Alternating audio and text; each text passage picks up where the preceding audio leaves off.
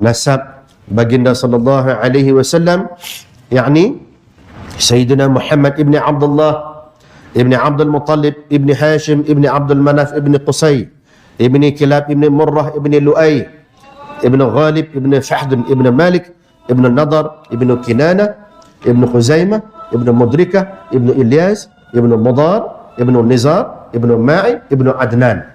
Itu yang wajib kita mengaji dan faham dan ketahui.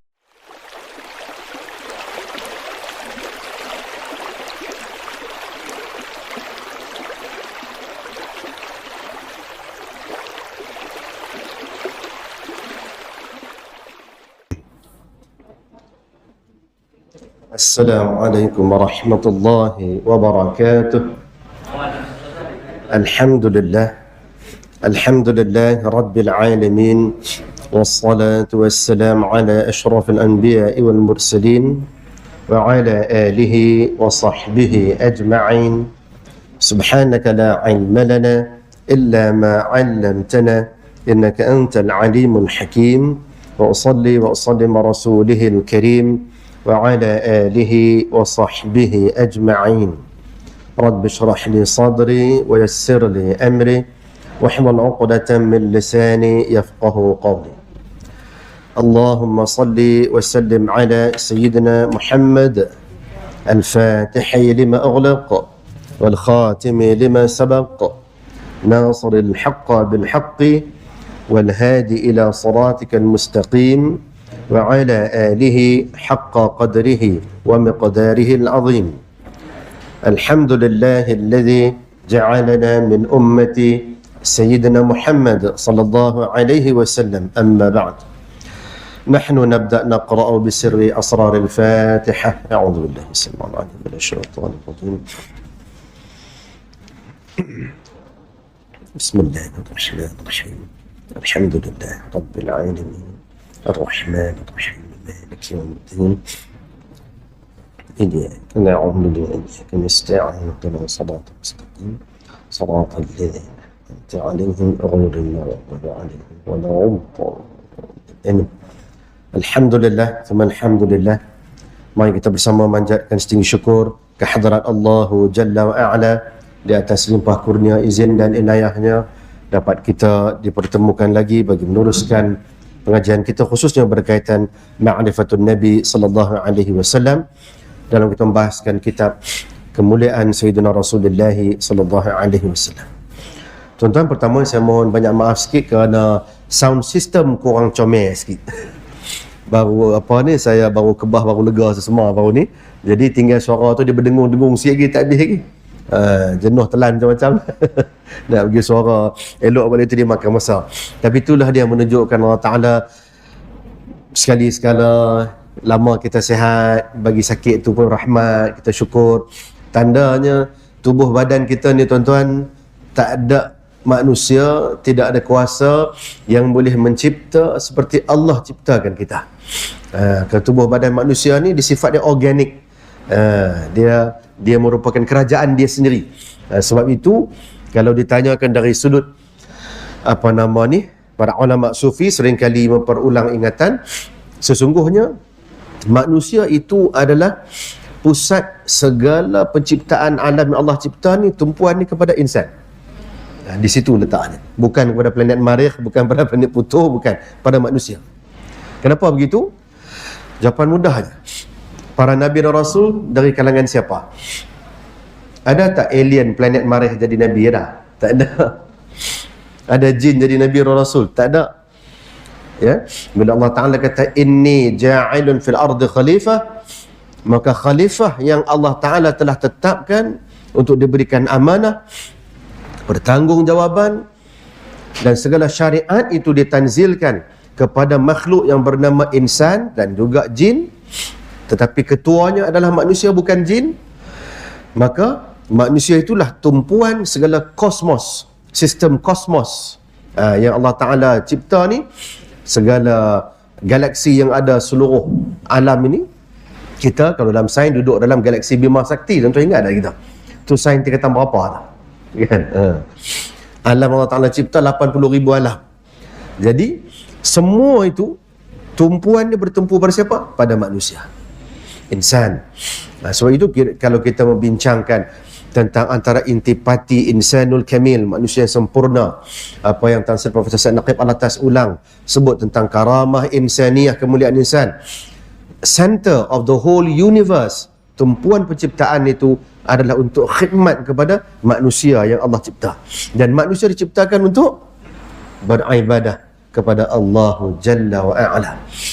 Sebab itu status kita ni sebagai khalifah. Jadi kalau jadi khalifah, kena jagalah adab tata cara sebagai seorang khalifah.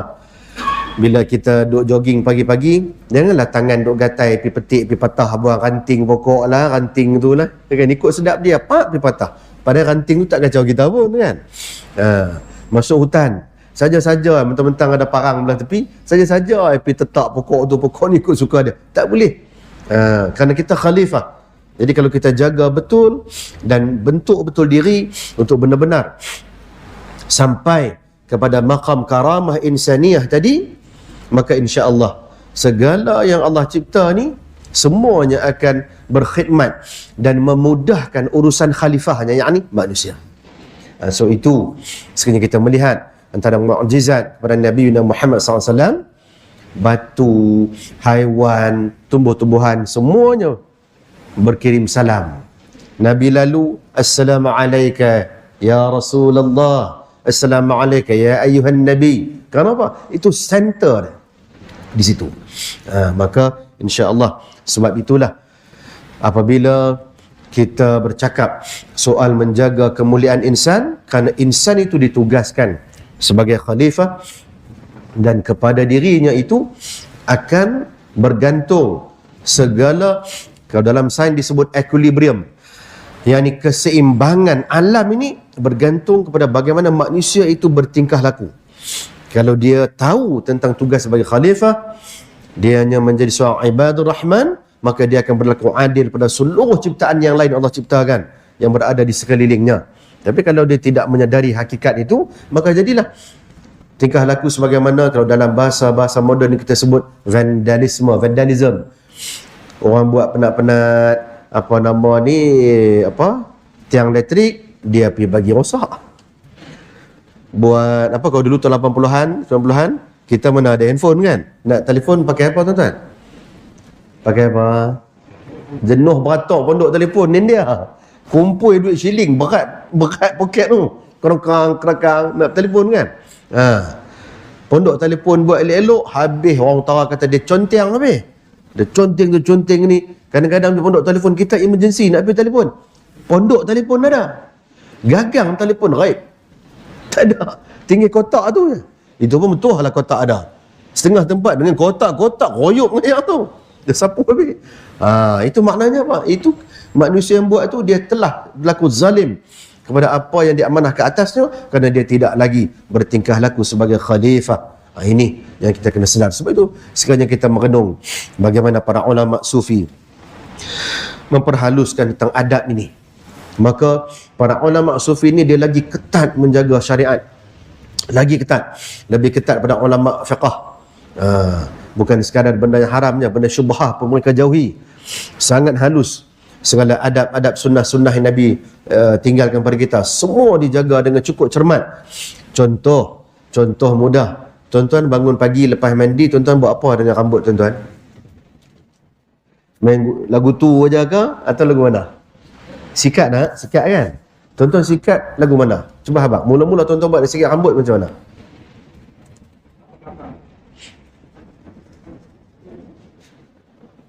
Sunnah Nabi mulakan sikat dengan rambut sebelah kanan. Kita buat tak benda tu? Hak tu pun kadang kita fail tu tak? Main ikut dan kok mana, kadang hak ni lu, kadang tu ikut suka, janji rambut itu nampak comel, okey dah. Sunnah Nabi belah kanan dulu dia mulakan. Begitu juga pakai baju, mula belah kanan dulu. Pakai selok sama, belah kanan dulu. Sampai kita mandi junub pun sama, mula belah kanan ada. Nabi ajar. Mulakan semua yang kanan.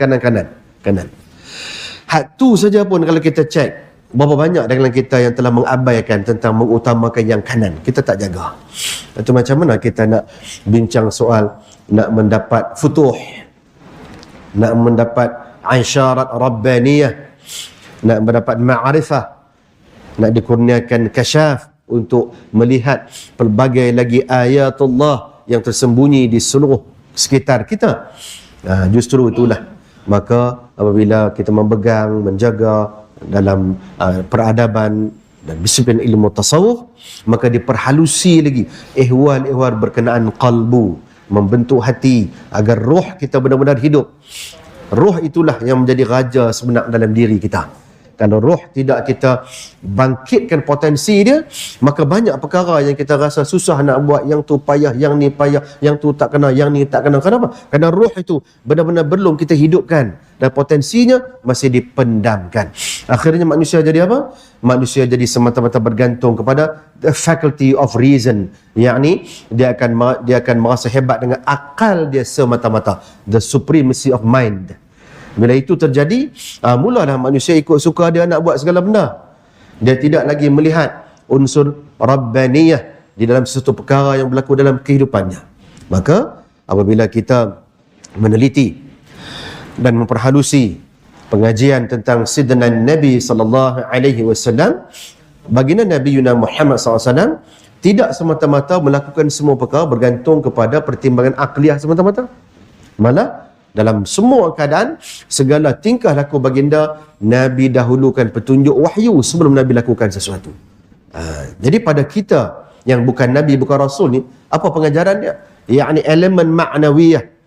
Sebab itu salah satu rukun iman percaya pada benda, pada perkara apa? Rukun iman. Gaib tuan-tuan percaya tak? Percaya ke tak percaya? Wah, ni mak epek mana ada nonsense. Wah, tentang dia duduk di tahun 2024, baru berapa hari masuk 2024, sombong dah. Sombong kan? Apa ni bincang Isra Mi'raj? Apa Mi'raj ni? Mana ada manusia boleh naik pergi pintu langit? Oh, tu dia kalam. Sombongnya. Memanglah tak ada. Hang tu yang tak boleh pi. Orang macam hang memang tak usah kata naik pintu langit pun hang tak jumpa. Nak jumpa pintu langit lagu mana? Alam dunia, alam malak ni pun masih tak selesai. Kan? Ulama banyak dah duk turun naik alam malakut banyak kali, tak ada masalah pun. Bukan takat malakut je, alam jabarut, lahut turun naik, tak ada masalah. Hang tu yang tak boleh. Pasal apa tak boleh? Mana nak boleh? Nafsu sendiri pun masih menjadi raja dalam diri, tak boleh ditekan, tidak boleh disuppress, tidak boleh ditundukkan untuk mengikut apa dia? Mengikut iman. Macam mana nak pergi naik turun alam malakut, jabarut, yang ada alam carut marut je bagi puak-puak yang jenis macam tu. Maka ini apabila kita menekuni tentang Nabi, kita diperlihatkan sosok tubuh insan mulia seisi alam yang Allah perlihatkan.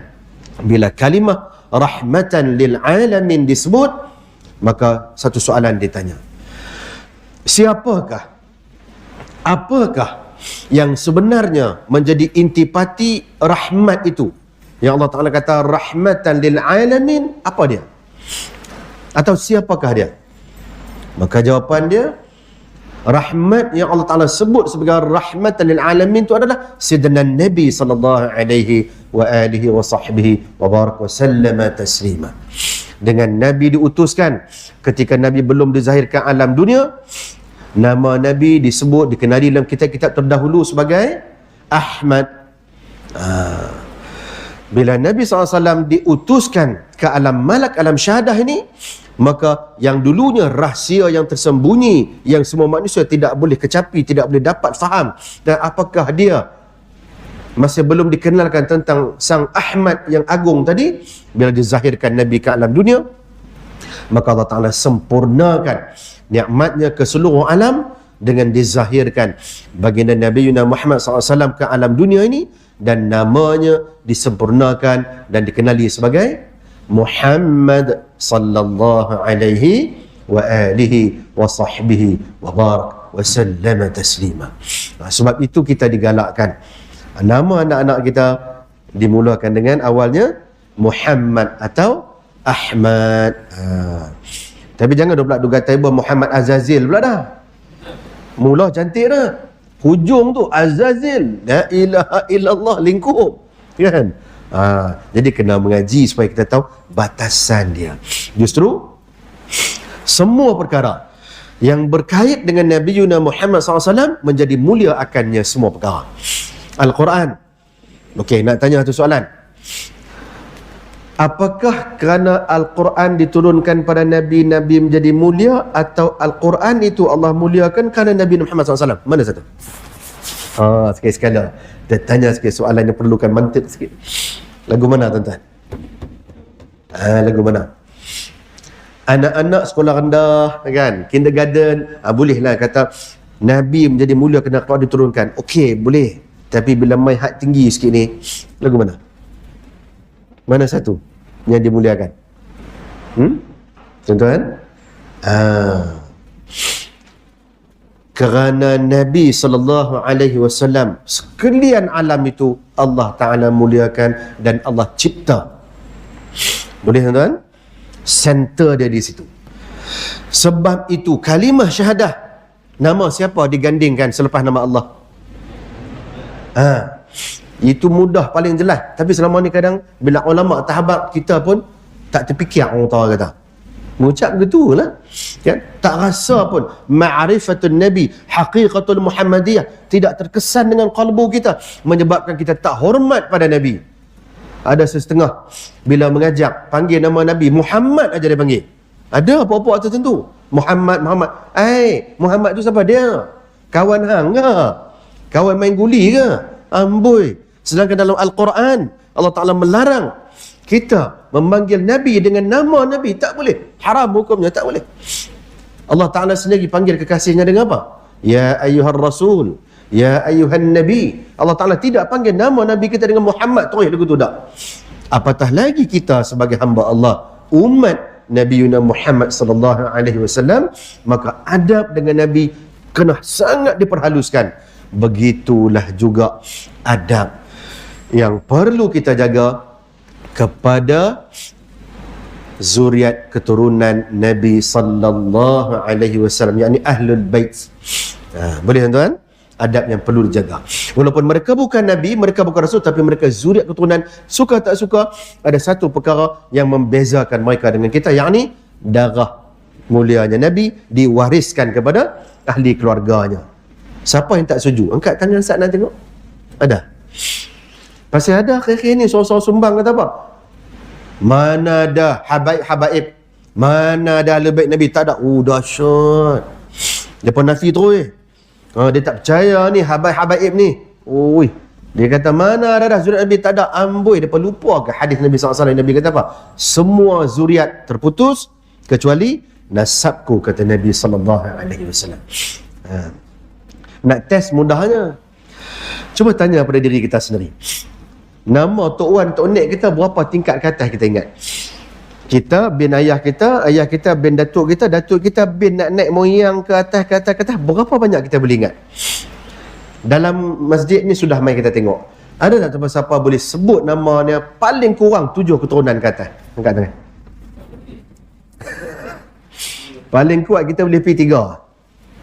Jarang-jarang ada boleh pergi 4. Itu pun jenuh nak pergi 4 tu. Masuk gear tu gen kereta hang menjerat tekanan. Baru dia ni nombor 4. Itu kadang-kadang nombor 4 tu Ustaz tak pasti betul ya tak sebutan lagu tu. Tapi nasab Nabi SAW dipelihara hingga akhir zaman. Semua tercatat dan disimpan. Semuanya ada. Tak ada orang boleh temberang kalau dia nak mengaku dia Ahlul Bait. Tak ada siapa boleh temberang suka hati kerana nasab dijaga. Kalau yang bernasab Sayyidina Husin, Rabitah jaga. Kalau nasab Sayyidina Hasan, ada juga apa-apa ni yang menjaga. Cuma dia tersebar tu lebih banyak.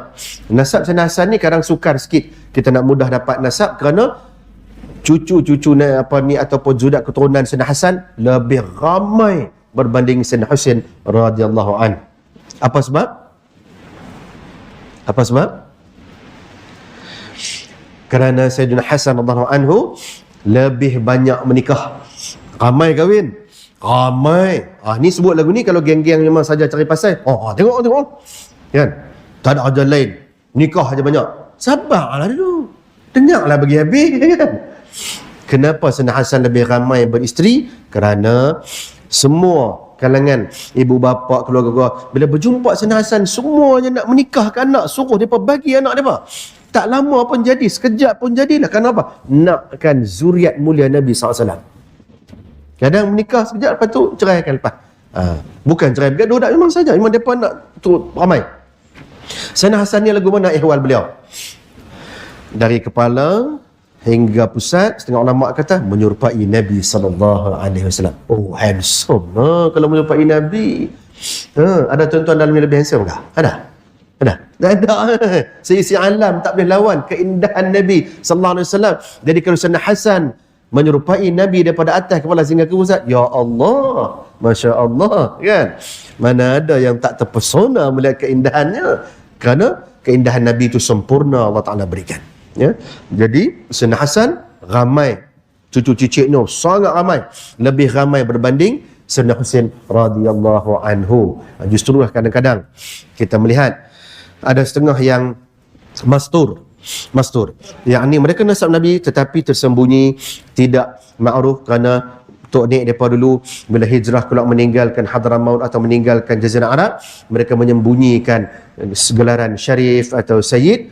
Mai ke alam Melayu hanya kekal nama aja, disembunyikan gelaran tu. Baik, ramai. Kenapa? Kerana ada satu kumpulan daripada nasab Nabi SAW dahulunya sangat diburu oleh Yahudi, beberapa Yahudi nak bunuh. Jadi yang tu bila mereka menggembara keluar ataupun migrate keluar daripada Jazirah Arab, mereka sembunyikan identiti. Jadi kadang-kadang sampai anak cucu bawah mereka tak wazan, tak tahu.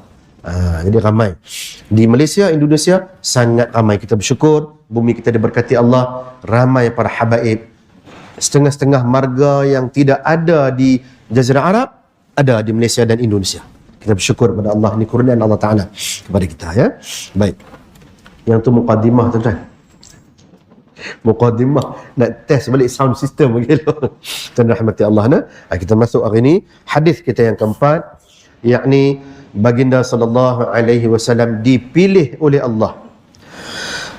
An Wathilata ibni Asqa qala sami'tu Rasulullah sallallahu alaihi wa alihi wasallam yaqul inna Allah astafa Kinanata min waladi Ismail wastafa Quraisyan min Kinanah wastafa min Quraisyin Bani Hashim wastafani min Bani Hashim. Daripada Wasilah bin Al-Asqa berkata, saya mendengar Rasulullah sallallahu alaihi wasallam bersabda, sesungguhnya Allah telah memilih Kinanah dalam kalangan keturunan Ismail, memilih Quraisy dalam kalangan Kinanah, dan memilih Bani Hashim dalam kalangan Quraisy, sedangkan Allah pula memilihku dalam kalangan Bani Hashim. Hadis riwayat Muslim dan At-Tirmizi. Beliau berkata hadis ini hasan sahih gharib. Kita bagi laluan azan sekejap dulu, kemudian saya sambung sikit, ya. Oh, 2 kali. Okey, baik. Jadi saya terus haluan, baik, insya-Allah khair. Tu dia. Masya-Allah. Ingat yang tadi tak ada nak syarah dah. Sekejap baru dia main nak balik. Berapa minit lagi sikit? Seminit lagi. Okey, dah lah sikit lagi habaq nah. Lepas tu kita bagi lalu azan dan saya selesaikan hadis ni, kemudian kita berhenti. Boleh tuan-tuan? Insya-Allah. Baik. Kalimah inna Allah astafa Kinanata min walad Ismail yang bermaksud sesungguhnya Allah memilih Kinanah daripada anak cucu Ismail. Allah SWT berfirman, inna Allah astafa Adam wa Nuhan wa ala Ibrahim wa ala Imran ala al-alamin. Sesungguhnya Allah telah memilih Adam, Nuh, keluarga Ibrahim dan keluarga Imran melebihi segala umat, yakni di masa mereka masing-masing. Surah Ali Imran ayat 33. Demikian kenabian dan kerasulan merupakan pilihan daripada Allah SWT untuk diberikan keistimewaan dan dikurniakan kelebihan bagi mereka berbanding manusia biasa. Dan Kinanah merupakan salah seorang daripada nenda Rasulullah sallallahu alaihi wasallam. Nasab baginda sallallahu alaihi wasallam yakni Sayyidina Muhammad ibn Abdullah ibn Abdul Muttalib ibn Hashim ibn Abdul Manaf ibn Qusay ibn Kilab ibn Murrah ibn Lu'ay ibn Ghalib ibn Fahd ibn Malik ibn Nadar ibn Kinanah ibn Khuzaimah ibn Mudrikah ibn Ilyas ibn Mudar ibn Nizar Ibnu Ma'in, Ibnu Adnan. Itu yang wajib kita mengaji dan faham dan ketahui. Baik, kita berhenti Ustaz. Falyatafadhal muazzin. Itu yang penderah macam mungkin Allah azan selalu. Khair, tabarakallah. Kita sambung sikit lagi. Tadi saya dah sebut nasab Nabi SAW sampai ke Sayyidina Adnan. Yang ini yang para ulama telah jelas semuanya bersetuju, tidak ada khilaf dengannya. Selepas itu ke atas ada setengah ulama berbeza pendapat sikit. Selepas Sayyidina Adnan sampai ke Sayyidina Adam alaihissalatu wassalam. Jadi ini antara usaha yang kita boleh buat untuk kita latih anak isteri kita, cuba mereka hafal nasab Nabi daripada Nabi SAW sampai Sayyidina Adnan. Tentu ada yang dah hafal? Boleh ulang tak? Kau nak minta repeat dia sekali? Berita hanya sekali, no? Kita ulang, kita minta anak-anak di rumah ingat, selalu jadikan benda itu sebagai sifir mereka, sebut nama Nabi sampai ke atas, bagi ingat. Kenapa? Bila kita mengingati, berusaha untuk itu, dia termasuk dalam rangkaian kecintaan kepada Nabi SAW, untuk kita benar-benar mengenali Nabi, nasab keturunan baginda dan isi keluarga baginda yang mulia, yang mana dalam hadis ni telah Allah Ta'ala nyatakan, sesungguhnya Nabi SAW Allah Ta'ala yang pilih baginda untuk menjadi kekasihnya. Justru tak betul kalau ada orang duk kata apa, Al-Quran ni kalau Nabi Muhammad tak ada pun dia akan diturunkan juga, orang lain yang ambil. La ilaha illallah. Ada je herot-berot punya kefahaman ni, main mana jenis mengaji tang tu. Sebab itu tadi soalan awal saya tanya, siapa yang memulakan siapa? Siapa yang memuliakan siapa? Bukan kerana Nabi itu menjadi mula sebab Quran turun, tak, bukan kerana tu. Sebenarnya hakikat ni sebaliknya. Kenapa? Kalaulah sifat dia demikian, nanti dia akan menjadi satu logical frame yang boleh digunakan oleh orang jenis liberal ni untuk hujah macam tadi ni. Akan keluar sebab kalam tu dah ada orang keluar, saya tak mahu sebut nama orang tu. Ya Allah, mangkuk ayun tu. Boleh dia kata lagu tu, oh ni Quran ni kalau Nabi Muhammad tak ada pun Allah Ta'ala akan tetap turunkan juga, dia akan bagi pada orang lain. La ilaha illallah. Itu tandanya jahil, tak mengaji langsung, sampai tak tahu haqiqatul Muhammadiyah. Yang ni penting kerana di sebahagian iman kita, tuan-tuan, kena fahami dengan jelas, kena faham. Sebab itu juga dalam memahami perkara-perkara berkenaan Nabi dan Rasul, soal agama ni, Allah ni kan hambatan ghazwatul fikr, peperangan pemikiran ni dahsyat, ideologi macam-macam masuk main ni. Yang cukup bahaya sekarang ni juga adalah liberalisme dan pluralisme agama. Sangat bahaya. Ada setengah orang cuba nak buat kefahaman, kononnya ada Nabi terdahulu selain daripada Nabi Muhammad SAW ni, kononnya bawa agama yang lain daripada Islam. Wal'ayazubillah. Tuan-tuan, hati-hati. Kenapa? Semua para Nabi dan Rasul, Nabi semua sekali duk ada berapa ramai, tuan-tuan? Semua sekali berapa ramai jumlahnya? Berapa? Nabi berapa? 313? Salah. 124,000 itu para Nabi. Ramai, tuan-tuan. Ada yang namanya kita tak pernah dengar pun. Ada. Rasul berapa ramai? Rasul berapa ramai, tuan-tuan? 25. Yang tu hak wajib kita tahu, kita kena kenal. Semua sekali berapa Rasul? 313. Sama dengan angka Ahlul Badar. Esok nanti barisan pertama, the elite force of Al-Imam Al-Mahdi Al-Muntazar pun 313. Dia berulang. Jumlah tu sama. Tuan-tuan, para Rasul 313, apa nama? Ahlul Badar 313. Esok elite force, maksudnya barisan pertama, the best komando Al-Imam Mahdi Al-Muntazar nanti pun 313. Hak belakang tu ada lagi lah, cuma yang paling baik ni hak tu. Hak tu semua yang kulluhum awliya, semua wali-wali, bukan sembarangan orang, ya. Kalau masih ada dalam jiwa ni dunia belakang pakai disqualified nak jadi juyucul Imamul Mahdi, lagu mana kan? Tara duk solat pun Allahu Akbar. Reta tadi dah tekan alam belum? Takbir, duk ingat dunia lagi. Takbir dia tu, kan? Dunia berselerak boleh tembus masuk lagi dalam kalbu. Macam mana nak lawan tentera Dajjal? Tak boleh. Ni nak kena perkemas dari kita dan rahmati Allah.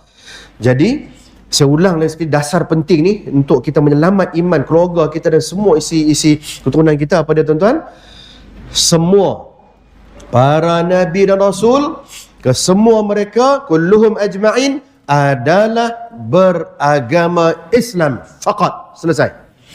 Tidak ada selain itu.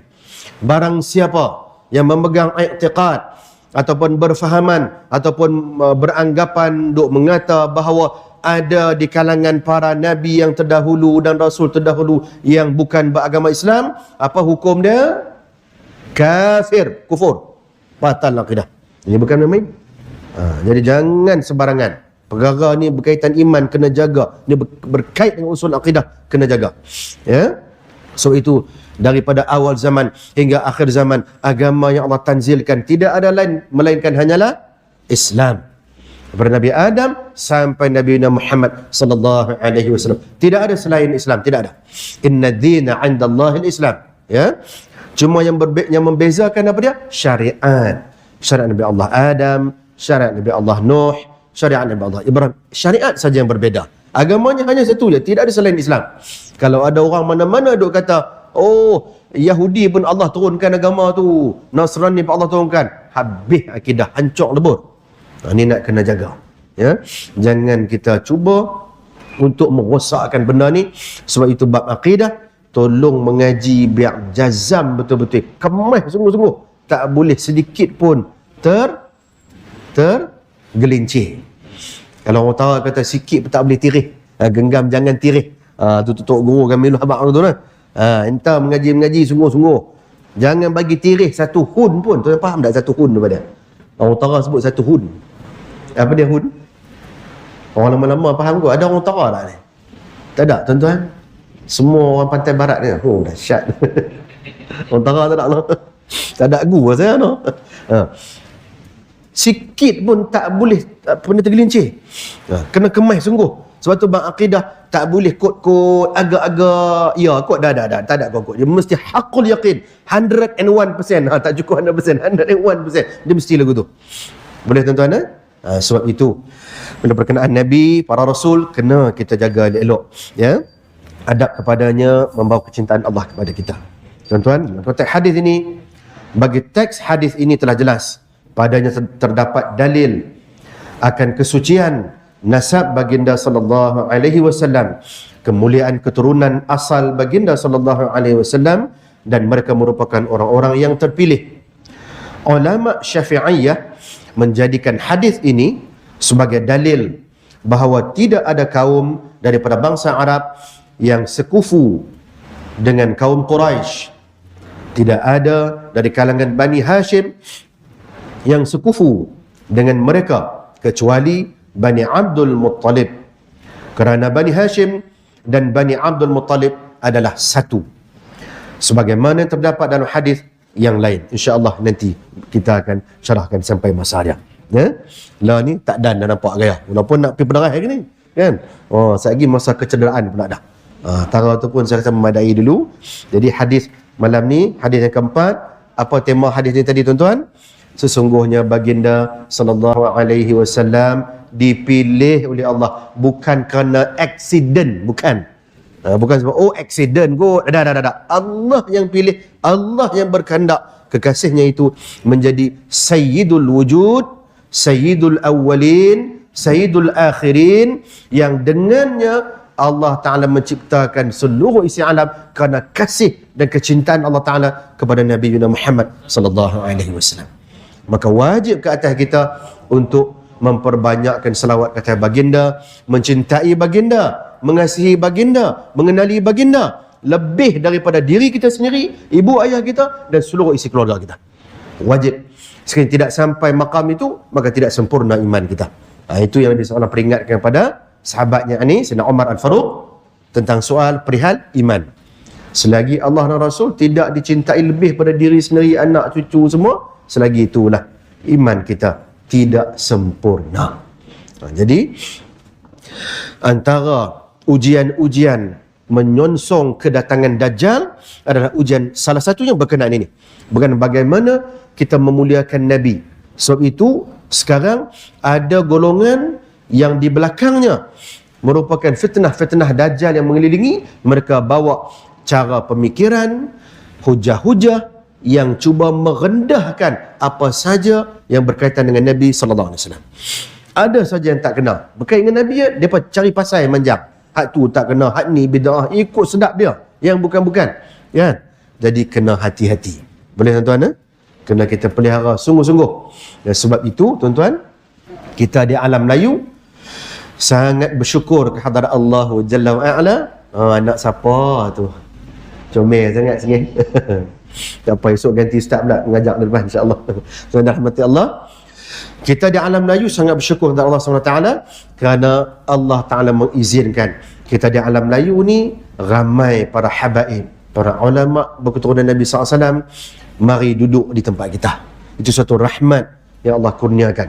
Maka sekiranya ada kalangan Ahlul Bait Nabi Muhammad SAW di sekeliling kita, temuilah mereka, hadiri, muliakan mereka, santuni mereka. Kalau mereka terdiri kalangan para alim ulama, maka talaqilah dengan mereka, belajarlah segala ilmu mereka agar kita tidak hanya dapat ilmu tapi juga dapat keberkatan menyantuni, memuliakan Ahlul Bait Nabi Muhammad sallallahu alaihi wasallam.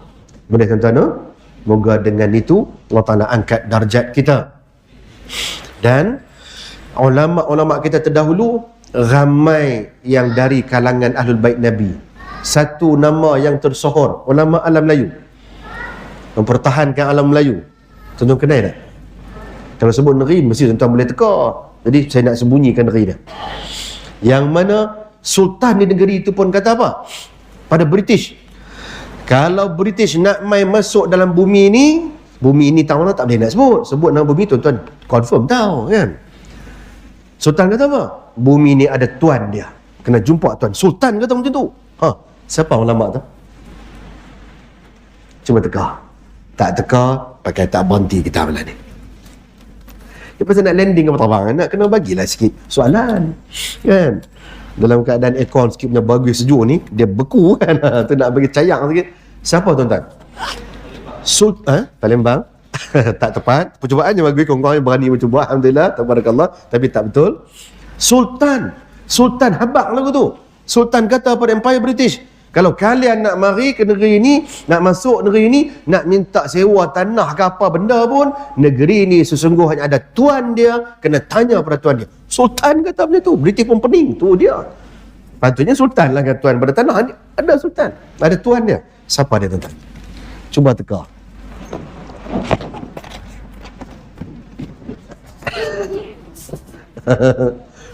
Allah kan? Allah. Saya duk perhati dari awal tadi, saya tengok kiri kanan. Nampaknya kita yang duk ada dalam dah tak berapa muda. Geng-geng lama lagi kata tua marah. Udahlah, tak balik saya kan. Kita dah lama. Kan? Tentu dah ma'ruf tentang bab ni. Tersohor seisi alam Melayu ni. Ni cerita ni. Bukan cerita baru. Lama dah. Siapa? Sikit dah tu. Sikit dah.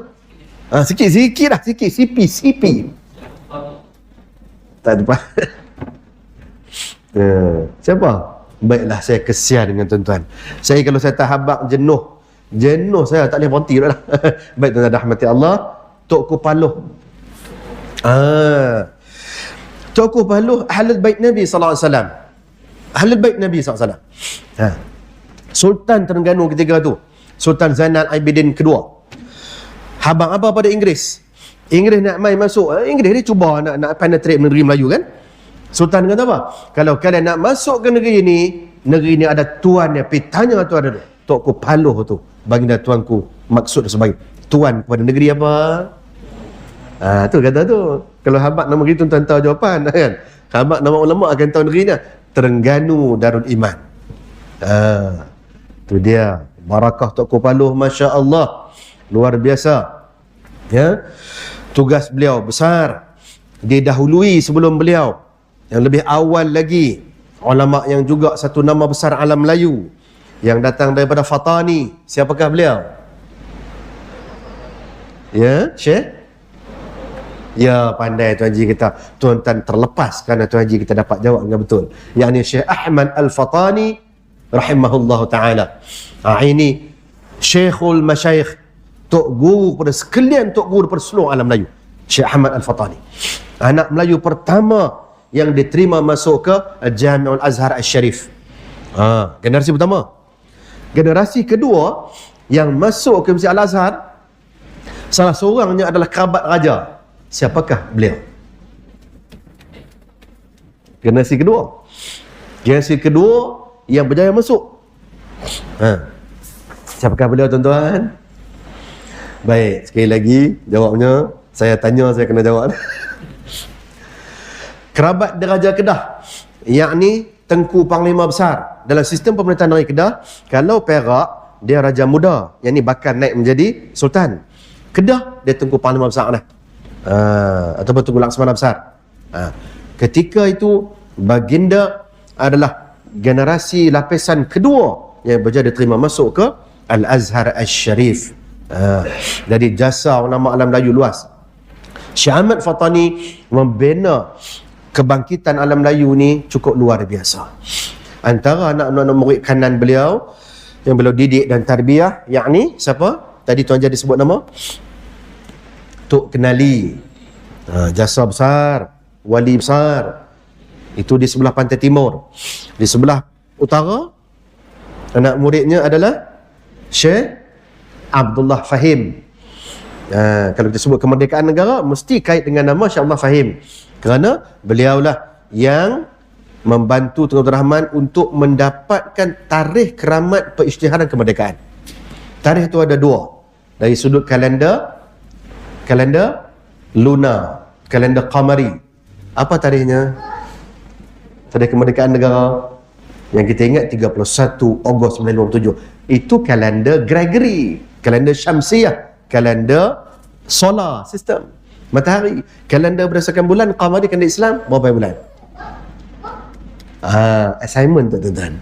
Nanti next kuliah saya tanya hari sekali. Dapat tarikh itu tuan akan tahu mengapa tarikh itu dipilih. Syekh Abdullah Fahim adalah pakar falak syar'i, beliau pakar. Beliau bagi dua tarikh untuk umum kemerdekaan negara. Jadi kemerdekaan kita ni bukannya saya saja piplak from the thin air, no.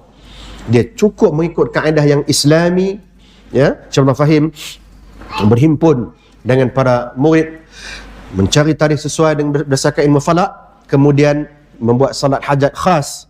Dia minta Allah tunjukkan keberkatan dan sir di sebalik tarikh yang diberi, kemudian barulah beliau persembahkan kepada Yang Teramat Mulia Tunku Abdul Rahman Putra Al-Hajj dua tarikh dengan pesanan, yakni kalau pergi ke London, kalau British tolak tarikh yang pertama, habaq pada anak-anak muda di tanah Melayu ketika itu, jangan duk bangkit mengamuk lagi, sabar dulu, ada second, tarikh yang kedua. Tarikh kedua tu pasti insya-Allah akan merdeka. Apakah tarikh yang kedua tu? Assignment kedua, insya-Allah, sehingga kita bertemu di kuliah akan datang. Semoga tuan-tuan dapat jawapan dia nanti, insya-Allah. Ini semua berkaitan uruf kita, alam Melayu kita, dan kita patut bersyukur kerana alam Melayu ni Allah beri banyak perkara yang sebenarnya wajar kita syukuri dan kita sayang, kita jaga tanpa tirih sampailah akhir zaman nanti kita wariskan anak cucu keturunan kita. Sebab itu Islam tegak berdiri walaupun 6 kuasa penjajah menjajah silih ganti, tetapi orang Melayu tetap kekal agamanya. Apa tuan-tuan? Islam. Manhaj kita apa? Ahlus Sunnah wal Jamaah, Al-Asyairah wal Maturidiyah.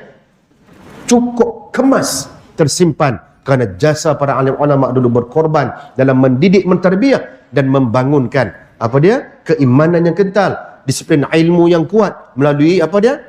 Sumbangan pondok-pondok. Betul, institusi pondok. Dalam apa keadaan sekalipun, kita kena pertahankan dan jaga segala kitab-kitab turas. Pertahankan dan jaga. Jangan kerana kita nak buat satu modul baru, kita korbankan turas. Jangan. Guna pendekatan bersepadu. Ya? Kalau ia pun nak bawa elemen yang baru, turas jangan tinggal. Kerana pada turas ada keberkatan dan ada bukti bagaimana telah berjaya melahirkan generasi awal yang tidak pernah kalah di medan juang, sama ada perang ataupun ilmu, ataupun dalam membentuk negara yang kita warisi sekarang ni. Jadi mari kita syukuri semua ini. Di atas itu semua, tentulah segala punca kebangkitan adalah dakwah yang telah lebih awal dibawa oleh para sahabat-sahabat Nabi Muhammad SAW ke seluruh pelosok alam, yakni antaranya juga ke alam Melayu kita, insya-Allah ta'ala. Tuan-tuan rahmati Allah, almarhum Profesor Azmat Khan pernah mencatatkan 9 nama-nama sahabat Nabi SAW yang telah sampai ke alam Melayu. Siapakah mereka? Soalan yang ketiga. Nanti kita jumpa kuliah akan datang. Moga-moga tuan-tuan dapat jawapannya. 9 tuan-tuan dah sampai. Jangan main-main. Khair. Ya? Selendang merah ya? Kenapa? Macam mana? Baik. Kalau berkaitan tentang kemerdekaan, selendang merah ni dia berkait dengan almarhum Kiai Saleh Selempang Merah, yakni ketika beliau bangkit menentang komunis bintang 3 selepas Jepun retreat daripada tanah Melayu. Tempoh 2 minggu awal tu memang perit bintang 3. Jepun keluar tanah Melayu tahun berapa tuan-tuan? Sikit masa mana? Boleh kan ambil sikit je. Ulang kaji murajaah Syafi'iyah. Tak payahlah detail dengan bulan apa semua kan. Kesian kalau saya tanya tu lagi kesian tuan-tuan, herot-berot nak cari tarikh. Tahun je sudah, tahun je. Tahun bila Jepun keluar tanah Melayu? 1940. 40 berapa? 44. 48. 40. 40 apa? Nampak gaya tak pasti tu. Soalan nombor 4. Cari. Tuan-tuan, dalam mengisi vacuum ketika Jepun keluar, sebelum kita menyusun semula pemerintahan negara, waktu komunis merajalela itulah, apabila di Batu Pahat Moa berlaku keganasan komunis, maka Kiai Saleh Selempang Merah ni bangkit dalam memelihara orang Melayu Islam di sana dan menjaga agama kita. Maka berlaku apa disebut sebagai amukan Selempang Merah, sehingga akhirnya Baginda Tuanku Sultan Johor mengarahkan Datuk On Jaafar ketika itu Datuk On menjadi Menteri Besar Johor untuk pergi cari Kiai Saleh. Habaq kata tolong berhenti, Tuanku Sultan minta tolong. Kalau Kiai Saleh tak berhenti, padang jarak padang tekukuk licin, tak ada dah pokok tu di bumi Batu Pahat Moa. Hebat kebangkitan menjaga agama dan bangsa, jasa Kiai Saleh Selempang Merah. Itu berkaitan Selempang Merah tu. Antara amalan utama mereka apa? Ayat 4. Itu menjadi amalan dia. Tentu ada ni kan tuan-tuan ni anda duk ambil amalan ayat 4 ni. Siapa ambil angkat tangan? Ada? Dia ada kaedah tu. Ambil itu. Ada kaedah dia, ada pengijazahan dia khusus tentang 4 ya. Ayat Quran. Ayat Quran yang 4 ayat Quran disusun oleh Kiai Saleh dulu lah. Yakni Bismillahirrahmanirrahim. La ilaha illa anta subhanaka inni kuntu minadh dhalimin wallahu ghalibun ala amrih ya hayyu ya qayyum ya ilahana wa ilaha kulli syai'in ilahan wahidan la ilaha illa anta ya dzal jalali wal ikram. Itu yang disebut sebagai ayat 4 yang antara amalan utama Kiai Saleh Selempang Merah dan seluruh jamaahnya. Itu ayat dia. Tapi kalau nak ambil yang terima tu kena main lain lah. Dia main orang paling kurang kena buat 7 ekor kambing golek lah kan. Allahu Akbar. Itu ya. Cuma kalau yang berkait dengan amanah daripada Tok Kepaloh diangkat menjadi Syekhul Islam pada zaman itu. Ini selepas kewafatannya Syama'ah Fatani ya? Sebelum tu Syama'ah Fatani Syekhul Islam. Syekhul Islam ni diangkat seluruh dunia, ada seorang yang mewakili bagi peringkat seluruh dunia Islam. Kemudian di setiap kalau kita alam Melayu ada Syekhul Islamnya. Awalnya Syama'ah Fatani, selepas itu Tok Kepaloh. Semasa zaman Tok Kepaloh diangkat menjadi Syekhul Islam, siapakah ulama yang diangkat menjadi Amirul Jihad alam Melayu? Soalan kelima. Kita ada Amirul Jihad kita tuan-tuan. Ada Amirul Jihad yang dilantik. Okey, kalau tuan-tuan tak ingat, saya beritahu. Ni soalan kelima ni kesian dah 5 soalan dah. Tak boleh jawab, jenuh nak mencari kan. Soalan Amirul Jihad ketika itu Syekhul Islamnya Tok Palu, Amirul Jihadnya adalah Datuk Bahaman, orang kaya Semantan. Itu Amirul Jihad ketika itu. Pada tahun 1948, Datuk Bahaman memanggil suatu mesyuarat penting. Di mana mereka bermesyuarat? Mereka bermesyuarat di atas puncak Gunung Jerai, di Padang Tok Syekh tu. Tuan-tuan, siapa yang dah sampai Padang Tok Syekh? Puncak Gunung Jerai? Ada? Cak tangan. Ke ada dengan tuan-tuan ni termasuk geng-geng yang duk kata bid'ah, ada? Kalau duk kata bid'ah, saya nak tengok patah hidung. Siapa kata bid'ah? Amboi, sebut Padang Tok Syekh bid'ah, Gunung Jerai bid'ah. Oh ya, hampa duk pisakan birthday McDonald, KFC, tak bid'ah pula dah. No? Oh, bidang tu bid'ah. Tak bid'ah Di atas Gunung Jerai tu ada Padang Tok Syekh. Kenapa tempat tu tempat barakah? Tempat tu dulu jasa besar dalam penubuhan daulah kerajaan Melayu Islam pertama di alam Melayu. Kerajaan apa tu? Kedah Dar Al-Aman. Tahun berapa tuan-tuan? Tahun berapa? 1136 Masihi. Lebih awal sebelum pembukaan apa dia? 1187. Apa yang berlaku 1187? Penting dalam sejarah Islam. Itu dia kan. 1187 Salahuddin Al-Ayyubi berjaya membuka Baitul Maqdis. Jangan guna perkataan merampas, jangan guna perkataan menakluk. Dalam Islam tidak ada taklukan, yang ada futuh. Fathatul Baitul Maqdis 1187. Kedah bangun lebih awal 1136. Siapa yang menjadi Islam kan ketika itu? Cucunya Merung Mahawangsa. Siapa namanya? Siapa nama tuan-tuan? Ni yang ada depan saya ni Melayu ke Zimbabwe? Kais Ketambola.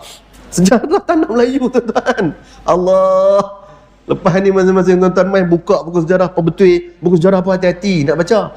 Jangan baca buku sejarah yang dibuat oleh penjajah, orientalis. Banyak rosak fakta tak betul. Meleret, hancur mereka. Tuan-tuan, siapa dia? Namanya sebelum Islam Praong Mahawangsa. Cucu Merung Mahawangsa. Setelah diislamkan, siapa nama baginda? Siapa nama baginda? Ni buat cara mengaji pondok bagus ni. Tak jawab tak kali muka surat duk tang tu dah 1000 tahun pun jenuh.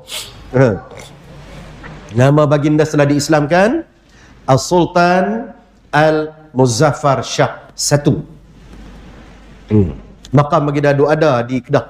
Tuan-tuan pergi sana ziarah makam tu. Duk ada tengah-tengah bendang. Tapi kalau nak masuk situ tu kena hati-hati lah. Kalau tuan-tuan bawa kereta Hummer hak besar tu, pakai payah nak masuk.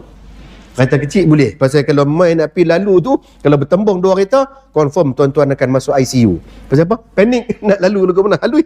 Kan? Tapi boleh pergi ziarah. Jabatan Muzium dari Kedah duk jaga elok makam tu. 1136 As-Sultan Al-Muzaffar Shah I. Tapi jangan confuse dengan Sultan Muzaffar Shah I juga di Perak. Itu lain. Yang tu Daulat Kesultanan Melayu Melaka. Yang diangkat awal itu pun Muzaffar Shah juga. Tapi yang ni Sultan Muzaffar Shah Kedah. Siapakah nama ulama yang mengislamkan baginda? Boleh? Allah dan rahmati Allah. Nama ulama yang mengislamkan baginda adalah siapa? Syekh Abdullah Al-Qumairi Al-Yamani Al-Hasani rahimahullah ta'ala. Ulama Ahlul Bait yang berasal dari Hadramaut, Yaman. Salah seorang daripada murid-murid kanannya Sultanul Awliya. Siapa Sultan Awliya? Siapakah dia Sultan Awliya? Yang termasyhur dengan gelaran itu, yang jumhur para ulama tidak ada khilaf dalam mengatakan beliau adalah qaddasallahu sirrah, qutubuz zaman, sultan para wali. Siapa tuan-tuan? Siapa nama beliau? Siapa? Sultan Aulia tuan-tuan, boleh dah abang nama. Ni saya nak sedih ni tuan-tuan, tak boleh sebut nama Sultan Aulia ni, penting ni. Siapa? Syekh Abdul Qadir Jailani. Kenal ke tak kenal nama tu? Penting tu. Kan? Tuan-tuan tentu dah mengaji baca kitab apa? Sirrul Asrar. Tu tulisan Syekh Abdul Qadir Jailani. Syekh Abdullah Qumari salah seorang daripada 7 anak-anak murid kanannya Syekh Abdul Qadir Jailani yang dihantar ke seluruh isi alam ketika tu untuk menyegarkan semula kefahaman Islam dan memelihara kesatuan umat Islam. Jadi Syekh Abdullah Al-Qumari dihantar ke alam Melayu. Di mana datangnya? Ke Kedah. Ketika itu langkah suka, Kedah tua hebat, kerajaan besar. Ya. Diislamkan, tapi proses nama Islamkan itu bukan mudah. Insya-Allah nanti Tuan Haji peringat saya, kuliah akan datang saya sebut detail bagaimana berlaku. Sangat dahsyat. Diuji segala macam sihir, segala macam cara dites. Jadi ulama dulu nak mari bawa Islam ni bukan calang-calang mereka. Bukan takat pandai syarah aja dak kan. Macam kita lah, ni lah kita reti pun kan. Tapi ulama dulu diri mereka sendiri masya-Allah kebanyakannya Allah beri karamah ke atas mereka, dan kebolehan itu dengan izin Allah Ta'ala menurunkan ke semua cubaan-cubaan dahsyat yang berlaku di alam Melayu, seperti mana pernah berlaku ujian kepada Wali Songo di tanah Jawa. Nah, Islam ke tanah Jawa dulu bukan senang. Bukan senang. Alam Melayu ni dia terbagi dua yang paling kuat. Yang paling besar alam Melayu dia panggil Malay Archipelago. Kemudian yang kecil sedikit dia ada Javanese Archipelago. Yang ni Nusantara Jawa, alam Jawa. Dua. Dia saling bergantung kuat tu. Hang Tuah kata takkan Melayu hilang di dunia. Ada sambungan dia lagi. Sambungan dia ada dua versi, ada dua dia punya apa nama ni? Pendapat para pengkaji yang memang sah Hang Tuah kata. Satu adalah yang paling kuat, takkan Melayu hilang di dunia selagi mana berpegang kepada agama Islam. Selagi pegang pada agama Islam, insya-Allah Melayu tidak akan pernah hilang di dunia. Yang kedua adalah apa? Takkan Melayu hilang di dunia selagi ada orang Jawa. Tengok. Mereka saling berkait bantu. Sebab tu ada pepatah Melayu apa? Kalau roboh kota Melaka, papan di mana? Papan di Corok Tokun? Bukan. Papan di Gok Perahu? Bukan. Papan di Merbau Sempah? Bukan. Papan di Jawa hamba dirikan. Kalau sungguh bagai dikata nyawa dan badan hamba serahkan. Itu bila jatuh Melaka dulu, siapa yang bangun mai bantu? Siapa bantu? Kesultanan Demak hantar angkatan tolong bantu. Sultan Pati Yunus syahid di mana? Di Melaka. Syahid di Melaka.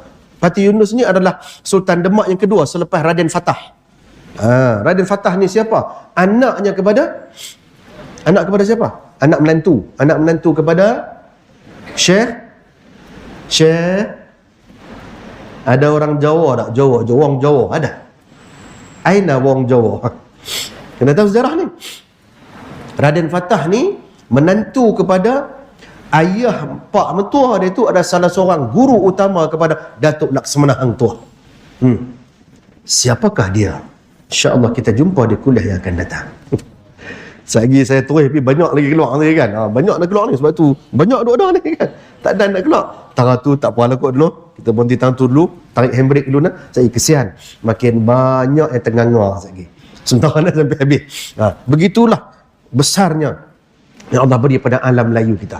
Sebab tu penjajah orientalis begitu bernafsu nak memutar belitkan segala fakta yang ada di alam ini. Kenapa? Alam Melayu dulu pernah menjadi pusat penyebaran Islam kedua terbesar di dunia selepas Hijaz, selepas Makkah dan Madinah. Apa dia? Kesultanan Melayu Melaka. Jasa kita besar. Dalam dunia Islam, jasa kita besar. Maka bangsa ini sering dicemburui, sering dicuba hari ke hari, sering dites apakah dia masih kuat atau tidak. Alhamdulillah setakat ini kita masih bertahan. Sebab itu penting jati diri ini kita kenal betul agar bangkit semula kekuatan.